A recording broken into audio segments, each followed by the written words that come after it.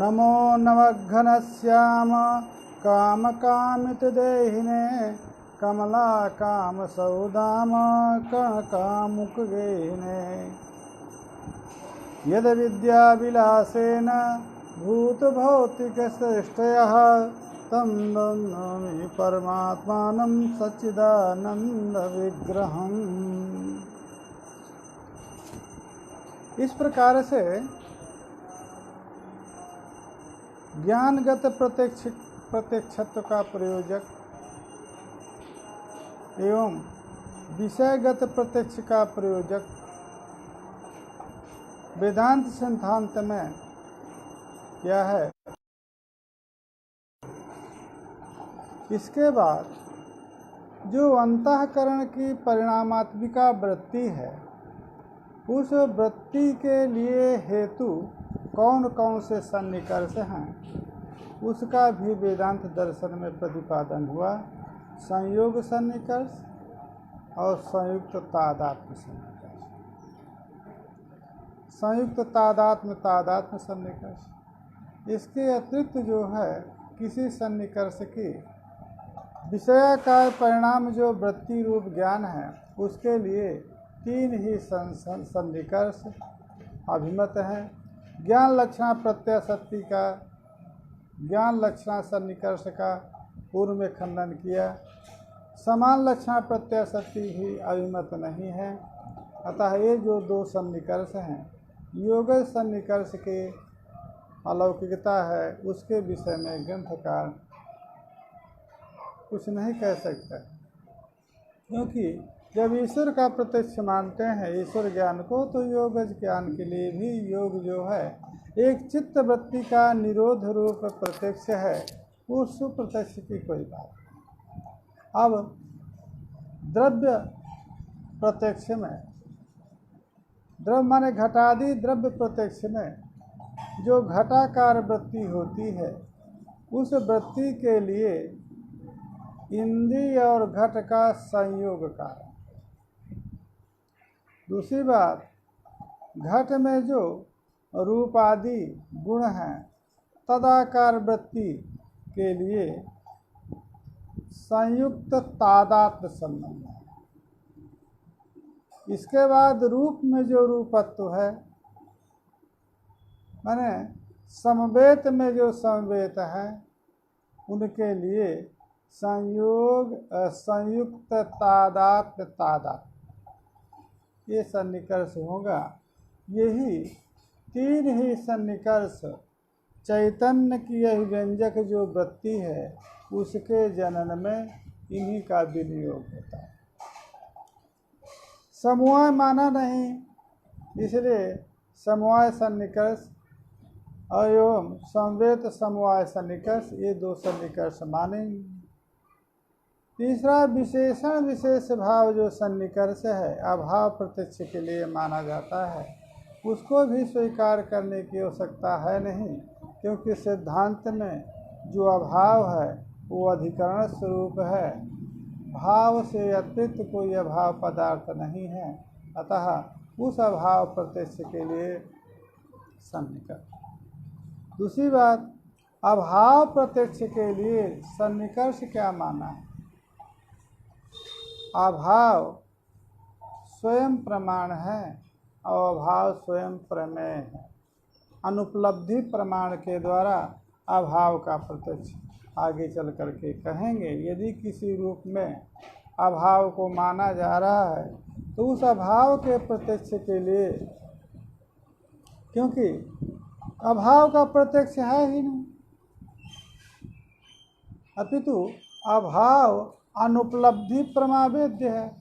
अतः उस यदि अभाव का प्रत्यक्ष कहते, तो उस अभाव प्रत्यक्ष के लिए कोई सन्निकर्ष मानने की आवश्यकता होती है। अभाव का प्रत्यक्ष हमारे यहाँ नहीं है, अपितु अनुपलब्धि अलग से प्रमाण है। अब वो जो वृत्तियाँ हैं, अंतःकरण के जो परिणाम हैं, जिनके लिए संयोग संयुक्त तादात्म्यादि जो सन्निकर्ष हैं, उनकी साधनता है। वो वृत्ति कितने प्रकार की?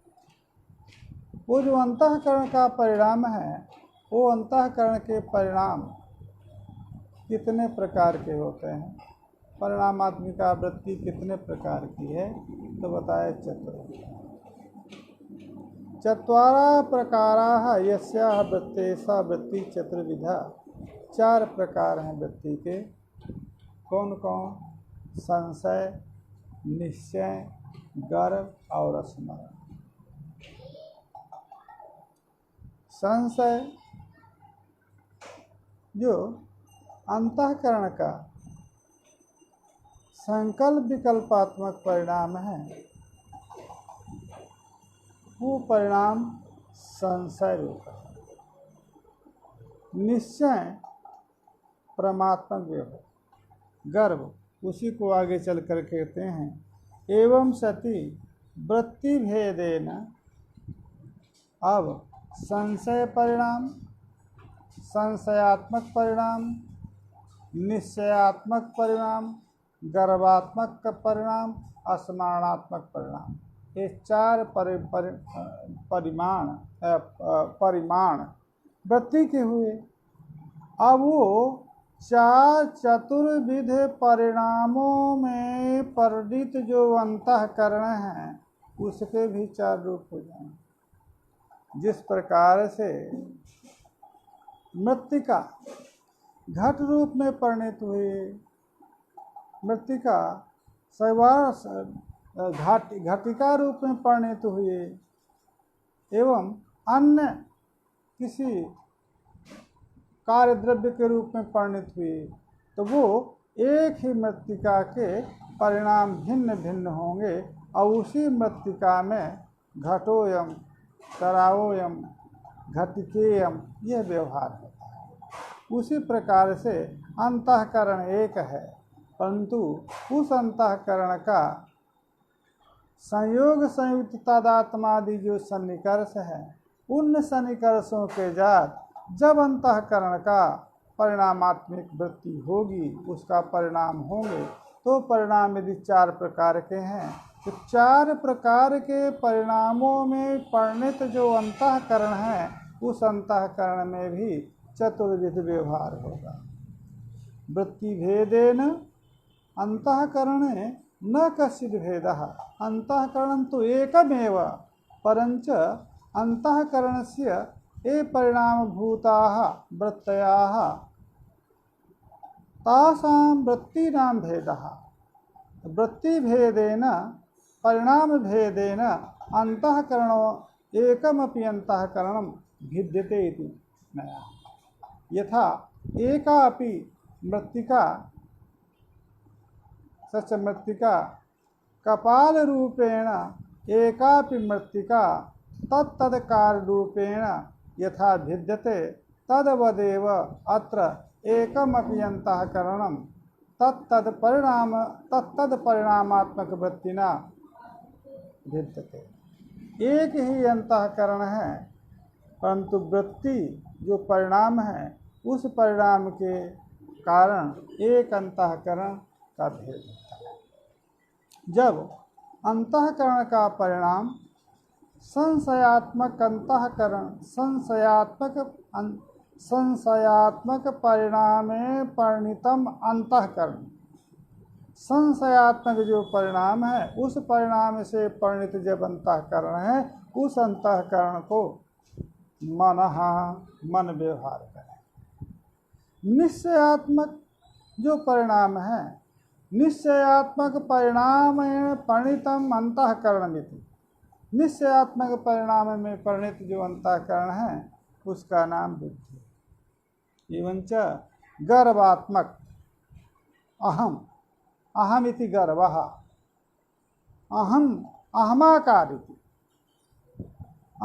गर्वाकार इति गर्व इति अहम पदार्थ एव अहंता एव गर्वः। अहमाकार परिणाम परिणितम अंतःकरणम अहंकार इति उच्यते। तृतीय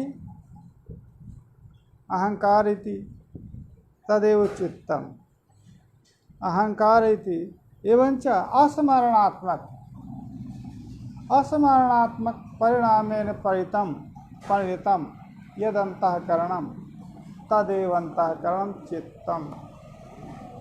अतः अंतःकरणमेव मनः, अंतःकरणमेव बुद्धि, अंतःकरणमेव अहंकारः, अहंताकरणमेव चित्तम इति।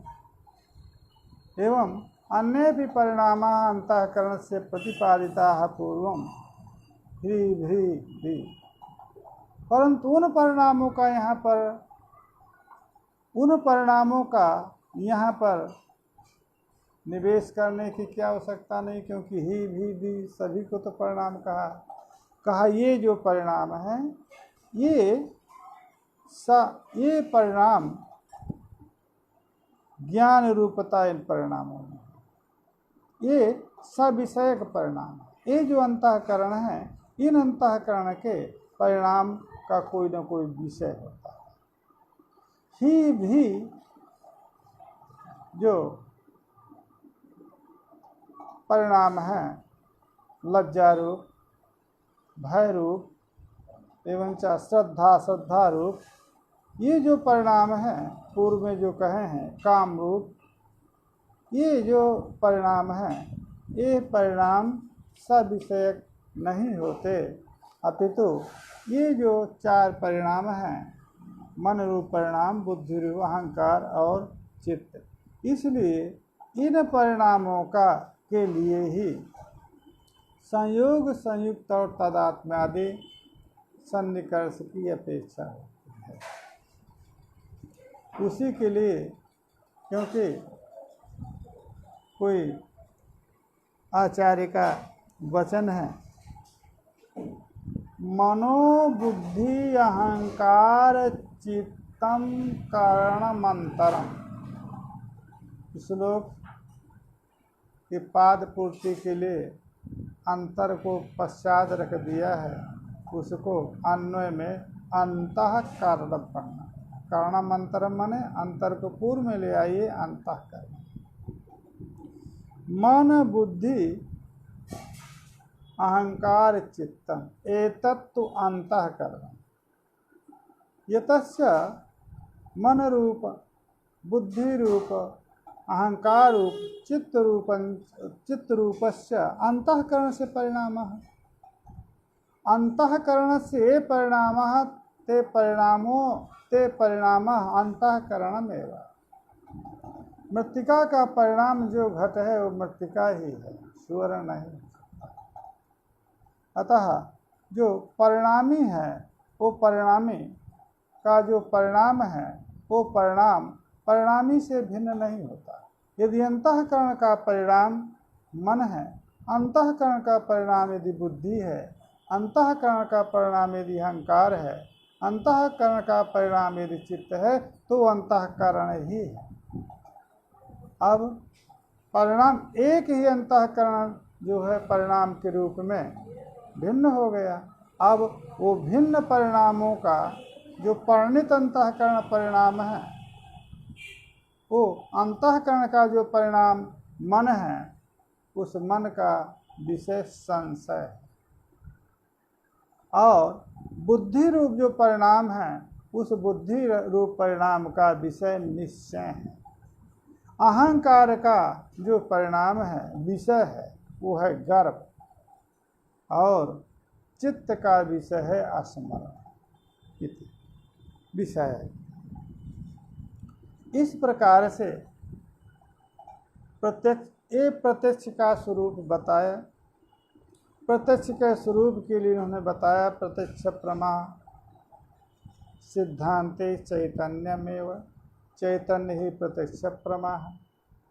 अब जब चैतन्य प्रत्यक्ष प्रमा है तो जन्म कैसे हुई, उसकी भी प्रतिपत्ति कर दिया कि चैतन्य रूप प्रमा जन्म नहीं है, अपितु चैतन्य रूप प्रमा की यह व्यंजक जो अंतःकरण की वृत्ति है वो जन्म है। फिर अंतःकरण जन्म कैसे, अंतःकरण का परिणाम कैसे हो सकता है, क्योंकि निरवय हो तो अंतःकरण को जन्म बताया। जब अंतःकरण को जन्म बताया, उसका परिणाम बताया, तो अंतःकरण में प्रश्न हुआ कि अंतःकरण तो इंद्रिय है, उसका प्रत्यक्ष नहीं होगा तो उसके परिणामात्मक वृत्ति का प्रत्यक्ष नहीं हुआ, तब बताया कि इंद्रिय अंतःकरण नहीं। जब इंद्रिय अंतःकरण नहीं है तो प्रत्यक्ष कैसे होगा, सुख आदि का प्रत्यक्षत्व व्यवहार कैसे होगा, तब बताया कि इंद्रिय जन्यत्व प्रत्यक्ष का प्रयोजक है। तो क्या है प्रत्यक्ष का प्रयोजक, तो स्पष्ट कर दिया कि ज्ञानगत प्रत्यक्ष का प्रयोजक ये है और विषयगत प्रत्यक्ष का प्रयोजक ये है। इसके बाद वृत्ति के परिणाम के लिए कौन कौन से सन्निकर्षों की आवश्यकता है, यहाँ तक एक प्रकृत प्रकरण की समाप्ति हो। अब दूसरी बात आ रही, तच्च प्रत्यक्षम द्विविधम। ये जो प्रत्यक्ष है ये प्रत्यक्ष जिस प्रत्यक्ष की हमने चर्चा किया है, ज्ञानगत प्रत्यक्ष या विषयगत प्रत्यक्ष जिसकी हमने प्रयोजकता बताई है, वो दो प्रकार का है। एक सविकल्पक प्रत्यक्ष और एक निर्विकल्पक प्रत्यक्ष। सविकल्पक प्रत्यक्ष यस्मिन् प्रत्यक्षे विशेष विशेषणयोः अथ च विशेष विशेषणयोः संसर्गस्य यत् प्रत्ययो भवति स तत्प्रत्यक्षम सविकल्पम विकल्पेन सहितं सविकल्पम। सब प्रकारक ज्ञान यस्मिन् ज्ञाने विशेषतया विशेष्यस्य प्रकारतया विशेषणस्य अथ च उभयोः संसर्गयोः भानं भवति तद प्रत्यक्षम सविकल्पकम प्रत्यक्ष। द्वितीय प्रत्यक्ष क्या है, यस्मिन् प्रत्यक्षे विशेष विशेषणयोः संसर्गः न भास्यते। एतादृश जो निर्विकल्पक प्रत्यक्ष है वो नैयायिक भी मानता है। क्यों? नैयायिक के यहाँ न्याय मत में आपत्ति ये है कि विशिष्ट ज्ञान के लिए विशेषण ज्ञान अपेक्षित होता है। पूर्व में विशेषण ज्ञान जब रहेगा, दंडक ज्ञान रहने पर ही दंडी पुरुष का ज्ञान होता है। दंड का परिज्ञान पार्थक्य न रहने पर, विशेषण का ज्ञान न रहने पर दंडी का ज्ञान नहीं। यदि कश्चित् कथयति दंडिनम आनय यदि तस्य दंडस्य विज्ञानम नास्ति तदा एतेषु पुरुषेषु कः दंडी इति परिज्ञानम न भविष्यति, परिज्ञानाभावात् आनयनमपि न भविष्यति। अतः विशेषण का ज्ञान अपेक्षित होता है विशिष्ट ज्ञान। दंड विशिष्ट पुरुष ज्ञान में विशेषण दंड की आवश्यकता होती है। उसी प्रकार से घटत्व विशिष्ट घट ज्ञान में घटत्व जो विशेषण है उस ज्ञान की अपेक्षा होती है। अतः उसका ज्ञान कैसे होगा, इसलिए वो निर्विकल्पक ज्ञान एक मानते हैं जहाँ पर घट घटत्व का संसर्ग भाषित नहीं होता है। यदि किंचित रूप है घट घटत्व, वो जो निर्विकल्पक ज्ञान है उनके निर्विकल्पक में हमारे निर्विकल्पक में क्या अंतर है। वो जो निर्विकल्पक ज्ञान उनके यहाँ है वो परमात्मक नहीं, प्रत्यक्षात्मक क्या उसका स्वरूप कहीं यदि किंचित केवल उतने के लिए वो परमात्मक इसलिए नहीं है कि उसके द्वारा तद्वत तत्प्रकारता का बोध नहीं। जिस ज्ञान में तद्वत तत्प्रकारता का बोध होता है वही ज्ञान परमात्मक होता है। न्याय मत जो निर्विकल्पक ज्ञान है वहाँ पर तो घट घटत्व का पार्थक्य यदि किंचित रूपेण भान होता है, तद्वत तत्प्रकारकत्व तो उस ज्ञान में नहीं, इसलिए वो परमात्मक नहीं, अनुभवात्मक कह सकते हैं। परंतु यहाँ पर जो हमारे यहाँ जो प्रत्यक्ष है निर्विकल्पक प्रत्यक्ष, वो निर्विकल्पक प्रत्यक्ष उससे विलक्षण। उतने अंश में तो निर्विकल्पकता दोनों पदार्थ संसर्गानवगाहिता के कारण, परंतु यहाँ जो वेदांत मत में जो निर्विकल्पक प्रत्यक्ष है वो परमात्मक है, अपितु यथार्थ परमात्मक है। उसका प्रतिपादन आगे चल करके करेंगे। पहले इतने समझिए कि सविकल्पक ज्ञान कौन है। वैशिष्ट्यावगाही ज्ञान, विशिष्टस्य भावः वैशिष्ट्यम, विशेष विशेषण भाव, विशेष विशेषण संसर्ग, विशेष विशेषण संसर्गावगाही। विशिष्ट का जो वैशिष्ट है, विशेष विशेषण और संसर्ग का अवगाहन जिस ज्ञान में हो, उस ज्ञान को सविकल्पक कहते हैं। जैसे दृष्टांत में बताया, अहम घटम जानामि, यह ज्ञान, यहाँ पर घटम जानामि, ये जो घट विषय ज्ञान है, इसमें प्रकारत्वेन घटत्व का, विशेष्यत्वेन घट का तथा घट घटत्व का जो समवाय है, उस समवाय रूप संसर्ग का भी भान होता है। अतः विशिष्ट वैशिष्ट्यावगाही, विशेष विशेषण तत्संसर्गावगाही ज्ञान होने का इस ज्ञान को सविकल्पक कहते हैं। इसमें कोई किसी सिद्धांत में वैमत नहीं। सभी सिद्धांतवादी विशिष्ट ज्ञान जो सविकल्पक ज्ञान है वो विशिष्ट ज्ञान को ही मानते हैं। ये इसमें कोई नवीनता नहीं। निर्विकल्पक ज्ञान, जो निर्विकल्पक ज्ञान है, वो निर्विकल्पक ज्ञान में भी कथन में कोई वैचित्र नहीं, क्योंकि संसर्गानवगाही ज्ञान, वो संसर्गानवगाही ज्ञान को नैयायिक भी मानता है। पूर्व में घट घटत्व का संसर्ग का अवगाहन नहीं होता है, वो निर्विकल्पक ज्ञान। इतने अंश में कोई बात नहीं, परंतु ये वो तो निर्विकल्पक ज्ञान उसको कहेंगे जो विशिष्ट ज्ञान के पूर्व में जो ज्ञान विशेष विशेषण के संसर्गानवगाहन करने वाला जो ज्ञान है, वो ज्ञान निर्विकल्पक होगा। परंतु यहाँ निर्विकल्पक ज्ञान तो प्रतिभिज्ञा को ही कहते हैं। स्वयं देवदत्तः, ये प्रतिभिज्ञा। यो देवदत्तः पूर्वं दृष्टः स एव देवदत्तः इदानीं पूर्ववर्ती ज्ञान विषयो भवति, स्वयं देवदत्तः, ये प्रतिभिज्ञा है।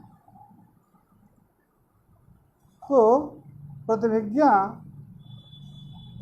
प्रत्यक्ष है, इसमें नैयायिक निर्विकल्पक ज्ञान नहीं मानता। इसमें देवदत्तत्व का भान है, देवदत्त का भान है।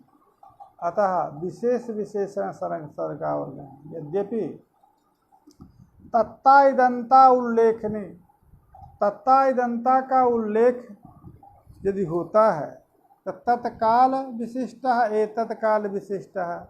तत्ता इदंता का उल्लेख जिस ज्ञान में है, प्रत्यक्षात्मक ज्ञान में, वो ज्ञान प्रतिभिज्ञा कहलाएगा। अतः ये प्रतिभिज्ञा में तत्ता इदंता का उल्लेख भी है, फिर भी यह निर्विकल्पक कैसे हो सकता है? इसलिए न्याय मत में ये निर्विकल्पक नहीं। यदि तत्ता इदंता विरोधी धर्म है, उनका भान ज्ञान में यदि नहीं होगा, तब भी देवदत्त में जो धर्म देवदत्त तत्व है, उसका भान कौन रोक सकता है? अतः उसका भान तो मानना ही पड़ेगा।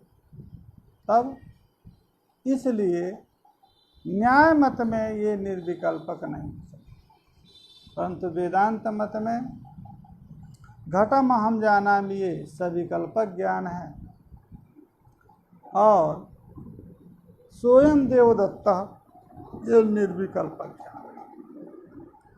कैसे निर्विकल्प ज्ञान हो गया? कहा इसलिए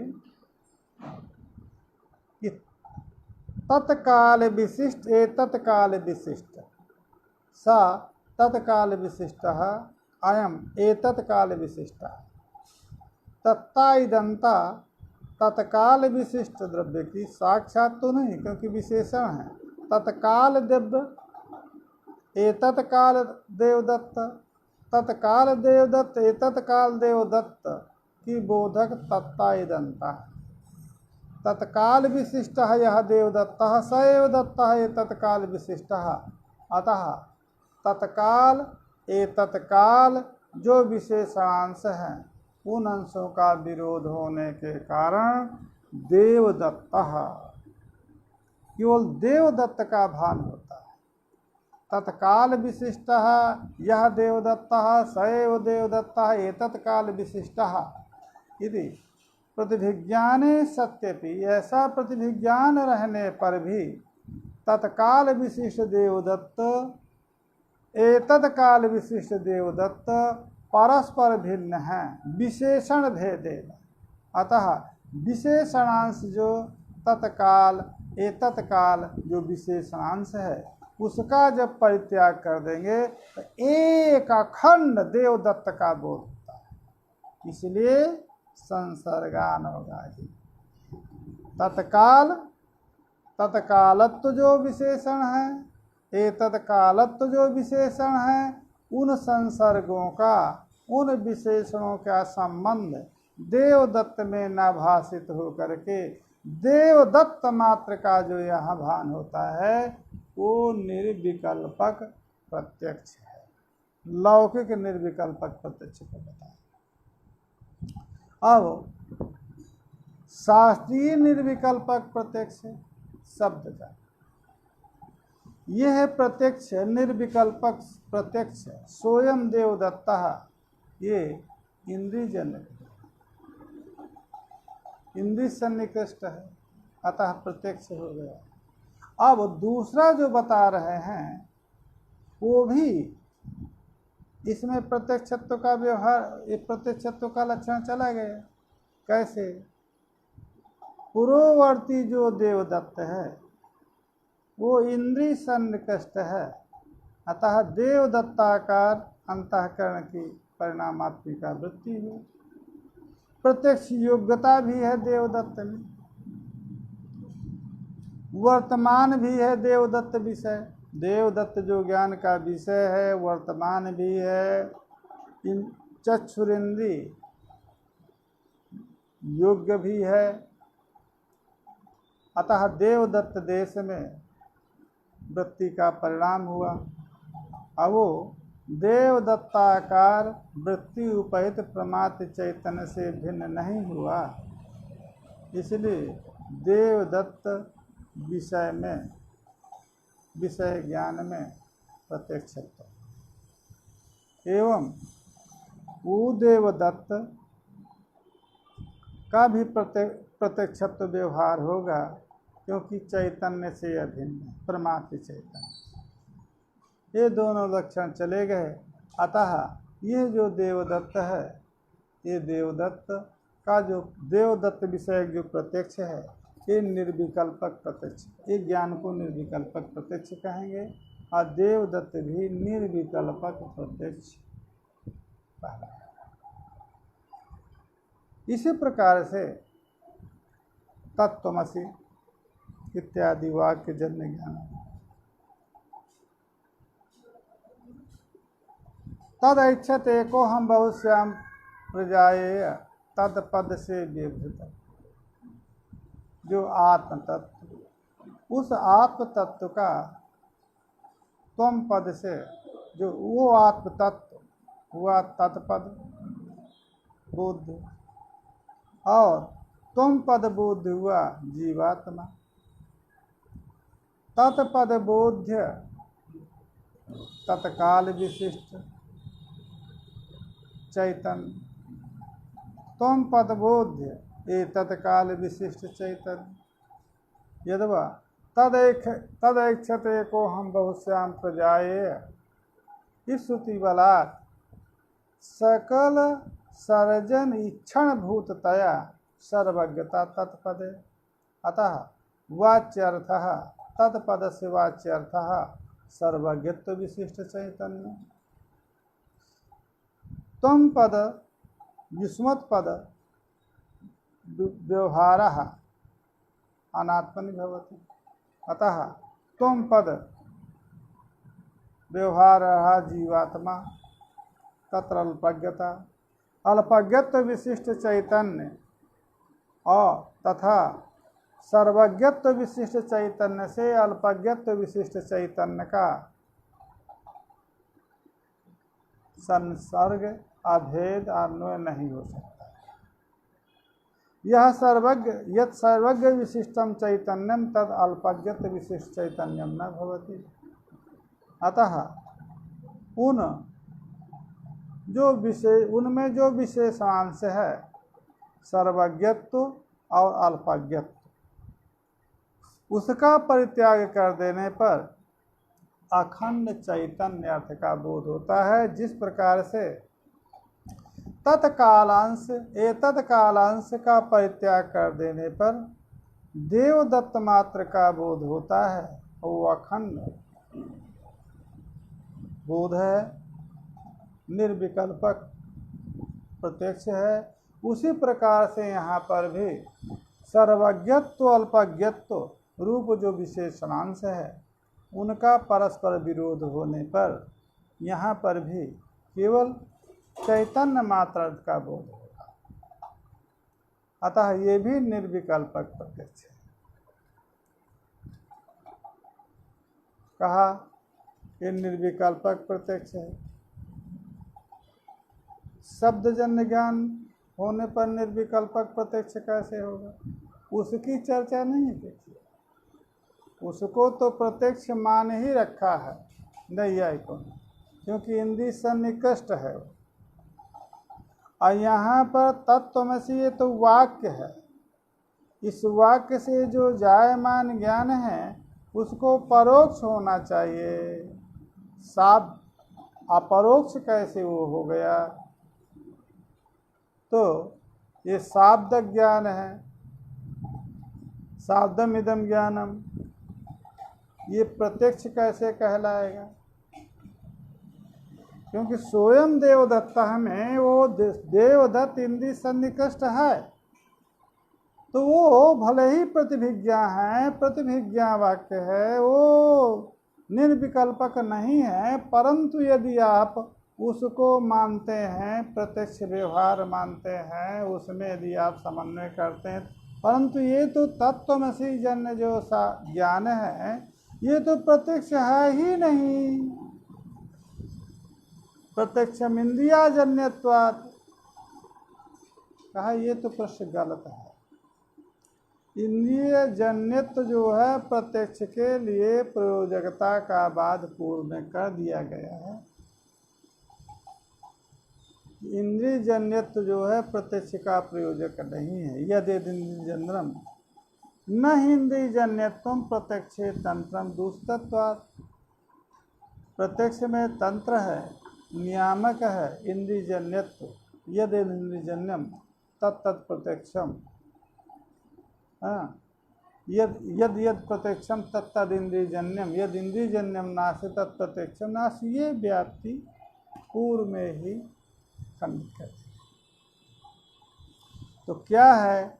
कहा बताए तो योग्य वर्तमान विषयत्वे सति प्रमाण चैतन्य से विषय चैतन्याभिन्नत्वम इति उक्तम। इतना जो ग्रंथ का अंश है उत्कृष्ट अपेक्षा है, क्योंकि ये सब बात पूर्व में कही जा सकती। योग वर्तमान विषयत्व स्थिति प्रमाण चैतन्य से विषय चैतन्याभिन्नत्वम, यह जो है प्रत्यक्ष के लिए प्रयोजक है। इंद्रिय जन्यत्व प्रत्यक्ष का प्रयोजक नहीं, यही अभी अव्यवहित पूर्व में कहा गया। इसलिए इतना जो ग्रंथ है, ये ग्रंथ क्यों उपस्थापित हो गया? ये ग्रंथ की उपस्थिति क्यों? इसलिए कि शब्द जन ज्ञान में प्रत्यक्षत्व का व्यवहार जब हुआ,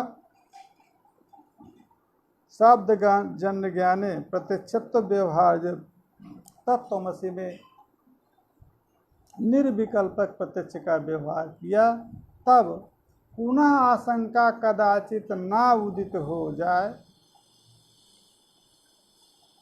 यदि शंका उदित होगी किसी की तो उसको तो अध्यापक ही स्वयं बताएगा, इंद्रिय जन्यत्व प्रत्यक्ष का प्रयोजक नहीं, और अपितु प्रत्यक्ष का प्रयोजक आपको बताया जा गया। तो फिर भी ग्रंथकार ने और स्पष्ट करने के लिए पुनः उसी बात की आवृत्ति कर दिया। अब बात आ रही है कि ये यदि शाब्दजन्य है, क्यों इस बात को पुनः उपस्थापित किया?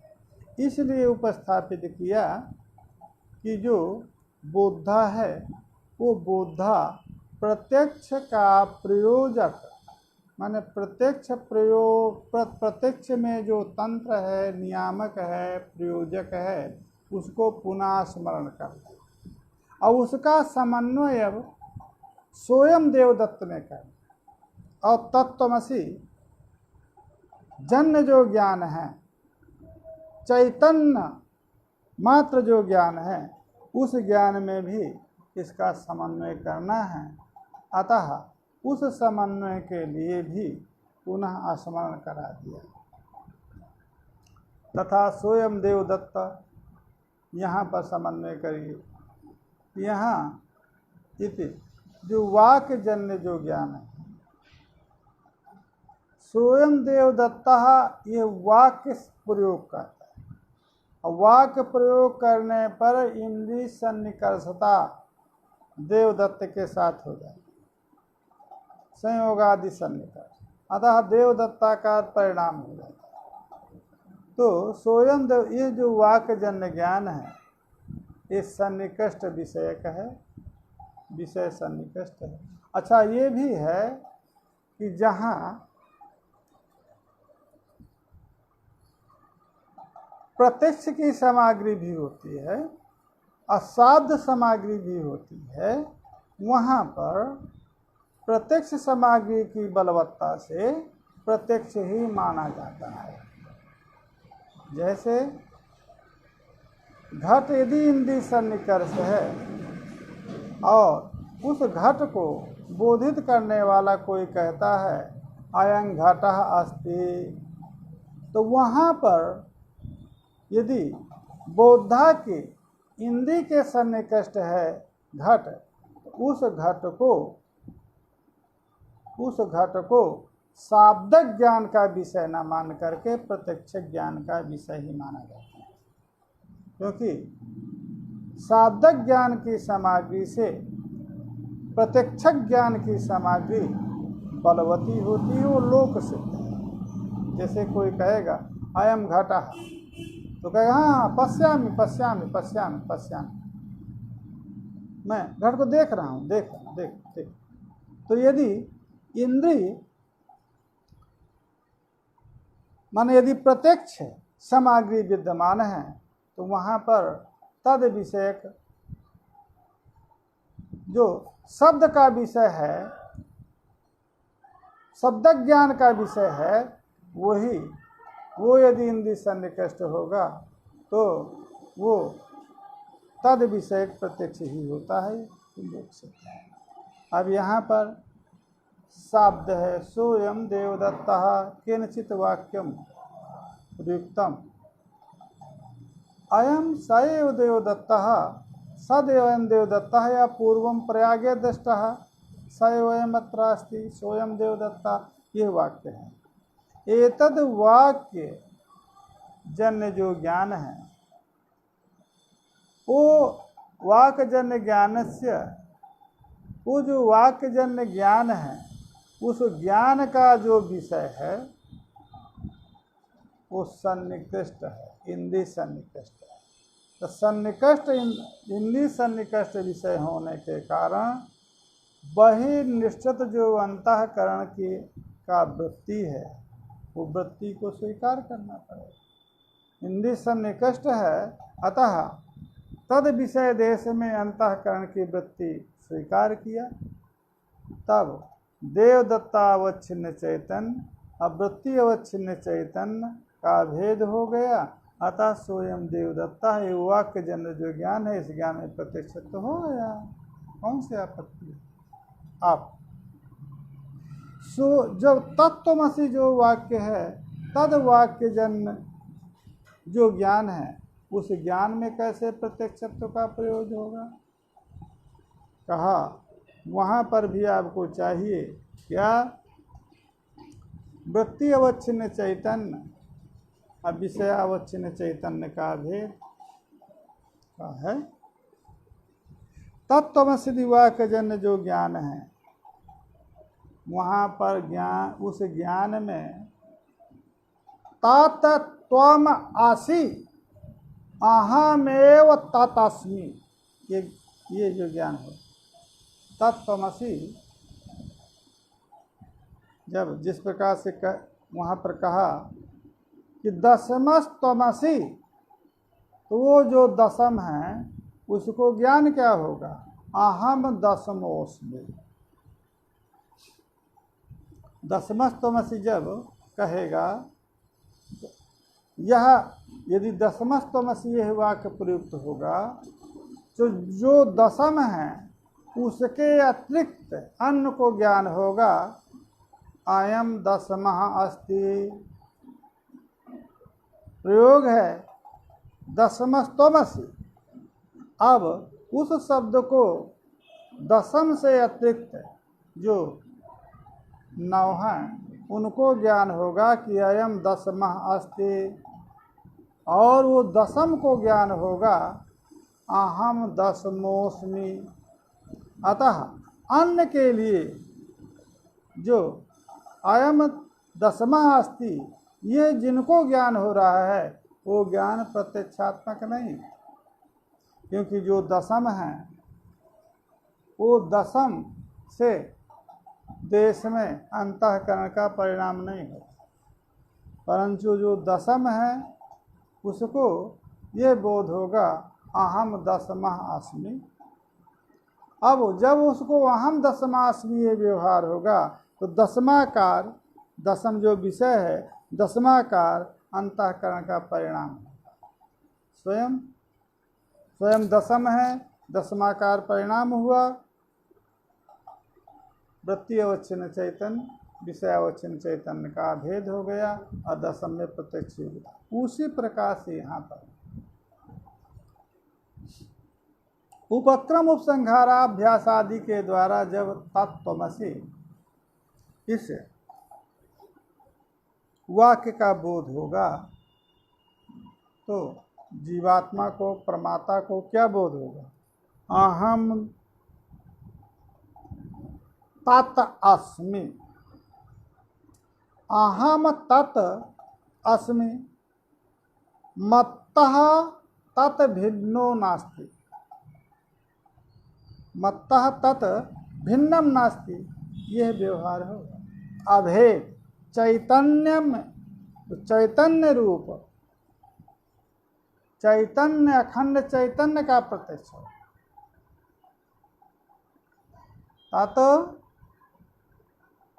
तत्पद से सर्वज्ञत्व विशिष्ट का, तो सर्वज्ञत्व विशिष्ट अहम नास्मि, ये ज्ञान होने पर तत् से चैतन्य अंश आएगा।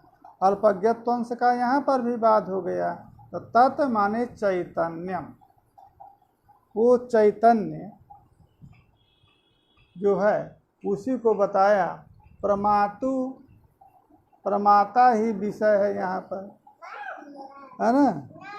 तो जब प्रमाता जो विषय है और प्रमाता कहते किसको है? अंतःकरणावच्छिन्न चैतन्य को प्रमाता कहते हैं। तो जब अंतःकरणावच्छिन्न चैतन्य ही विषय है, तो विषयावच्छिन्न चैतन्य क्या हुआ? विषयावच्छिन्न चैतन्य प्रमाता हुआ, और परमात्रा का जब वृत्ति होगी तो वृत्ति अवच्छिन्न चैतन्य विषय अवच्छिन्न चैतन्य का भेद होगा। प्रमाता जो चैतन्य है वही विषय है, और चैतन्याकार वृत्ति भी हो रही है। उभय अभेद सत्वातिथि। अब आगे बात ये आ रही है कि ठीक है, इसको आप प्रत्यक्ष का प्रयोजक संगमित करके इसको आप प्रत्यक्ष भी कह दीजिए, ठीक है, परंतु इसको निर्विकल्पक कैसे कह सकते हैं? यदि आपके आप शाब्दजन्य ज्ञान में प्रत्यक्ष का प्रयोजक जो आपका प्रत्यक्ष का प्रयोजक है, प्रत्यक्ष का नियामक है, यदि वो लक्षण जा रहा है तो शाब्दजन्य ज्ञान में प्रत्यक्षत तो आप स्वीकार करते हैं, उतना तो ठीक है, उतने तक तो कोई बात नहीं। परंतु यदि आप उसको आप संसर्गानवगाही ज्ञान कैसे कहेंगे, ये प्रश्न जो है आगे आ रहा है। यही पाठ का परिसमाप्ति कर देना चाहिए, क्योंकि ये प्रकरण जो है प्रकरणांतर है, माने विषयांतर है। अब ये कल हो, नहीं कल नहीं, सोमवार को, कल तो शनिवार है।